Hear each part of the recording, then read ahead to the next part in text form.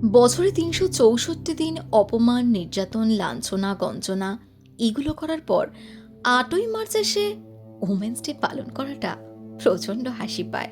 প্রতি মুহূর্তে বিশ্বব্যাপী ছেড়েই দিলাম গোটা ভারতব্যাপী ৫,০০০ এবং প্রতি ঘন্টায় ৫১টি কেস থানায় জমা পড়ে পথে ঘাটে নারী নির্যাতনের বিরুদ্ধে। আর আনসাবমিটেড কেসের কথা না হয় নাই বললাম। ডেটা বলছে শ্বশুরবাড়িতে নির্যাতনের সংখ্যাটা প্রায় ১.৫ লাখ, অপহরণ বা কিডন্যাপিংয়ের সংখ্যা ৮৯,০০০ এবং ভারতের ধর্ষণের শিকার প্রায় ৩০,০০০। তার মধ্যে আনরিপোর্টেড কেসের সংখ্যা তো অসংখ্য। ইফটিজিংয়ের সংখ্যায় জর্জরিত ৮৪,০০০ নারী। পণে জর্জরিত হয়ে যেসব নারীরা মারা যায় তাদের সংখ্যাটা হলো ৬,৫০০। আজও কেমন অবাক লাগছে না? অ্যাসিড অ্যাটাক হয়ে বছরে ২০০টা নারী মারা যায়।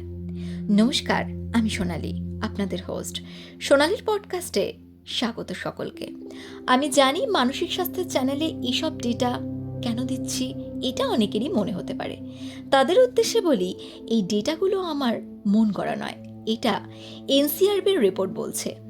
এগুলো তুলে ধরার কারণ হলো, যারা উইমেন্স ডেতে গোটা হোয়াটসঅ্যাপ, ফেসবুক, ইনস্টাগ্রাম ও আরও যেসব সোশ্যাল মিডিয়া আছে তাতে পোস্ট করে বা মেসেজ করে বন্যা বইয়ে দিয়েছে, তারা নিজেরা কি জানে একটি মেয়ের সাথে কীরূপ আচরণ করা উচিত, কী ভাষায় কথা বলা উচিত, কিভাবে তাকানো উচিত, কতটুকু বলা উচিত বা কোথায় থামা উচিত? আমি জানি, তাই ডেডিকেটেডলি বলছি তারা জানে না। যদি জানতো তাহলে এই ডেটার লিস্টটা এতটা লম্বা হতো না। অ্যাকচুয়ালি সমস্যাটা না মানসিকতার। তার উদ্দেশ্যেই আমার এই ভিডিওটা। এই রেপ, কিডন্যাপিং, ইফটিজিং বা রাস্তাঘাটে চলাফেরার সময় কারোর আচার আচরণের কথা না হয় আমি ছেড়েই দিলাম। নিজের বাড়িতে আমাদের সারাউন্ডিং যেসব ছেলেরা আছেন, যারা আমাদের সম্পর্কে কেউ হন, একটু হরফ করে বলুন তো, তারা আমাদের সাথে আচার আচরণ ঠিকঠাক করেন? ঠিকভাবে কথা বলেন? যতটুকু রেসপেক্ট আপনি ডিজার্ভ করেন সেটা কি দেন? রিলেট করতে পারছেন তো লাইফের সাথে? আমি ঠিক কোন জায়গাটাকে স্পর্শ করতে চাইছি? না, কথাটা কিন্তু আমি সকলের উদ্দেশ্যে বলিনি। তবে যাদেরকে বলেছি তারা ঠিকই বুঝতে পারছেন। আসলে তারা নিজেরাই জানে না কেমন আচরণ তাদের করা উচিত। সমস্যাটা না পারভারিশের।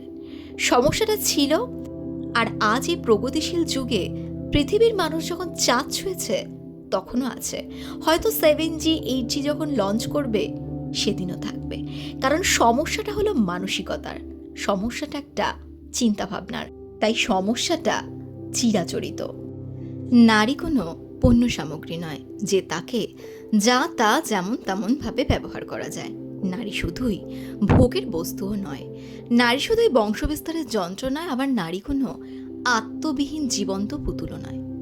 সৃষ্টির অন্তর্নিহিত অর্থই নারী। আদি শক্তির নাম নারী, সৃষ্টির মূলেই আছে নারী। জীবনের শুরুই হয় এই নারী দ্বারা। সভ্যতার আদিম যুগ থেকে আমরা নারীকে দেখেছি শক্তি রূপে পূজিত হতে।